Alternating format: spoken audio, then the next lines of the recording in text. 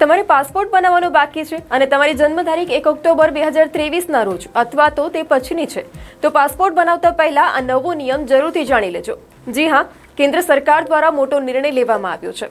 હવે આ તારીખ પછી જન્મેલા લોકો જન્મ પ્રમાણપત્ર વગર પાસપોર્ટ નહીં બનાવી શકે।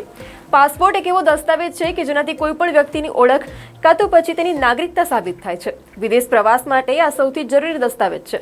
તેની મદદથી જ તમે અન્ય દેશોમાં ફરવાનું, ભણવાનું, બિઝનેસ કે પછી અન્ય કારણોસર મુસાફરી કરી શકો છો।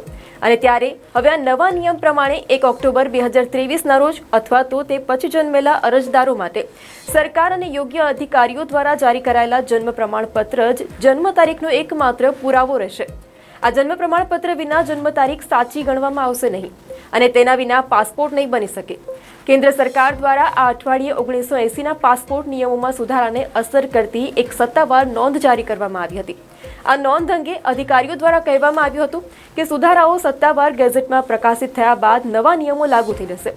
આ ઉપરાંત જો આપણે આ તારીખ પહેલાના જે અરજદારો છે તેમની વાત કરીએ તો તેઓ જૂની સિસ્ટમ પ્રમાણે જન્મ તારીખના પુરાવા તરીકે ડ્રાઇવિંગ લાયસન્સ અથવા તો શાળા છોડ્યાનું પ્રમાણપત્ર જેવા વૈકલ્પિક જે દસ્તાવેજો છે તે પણ જમા કરાવી શકે છે।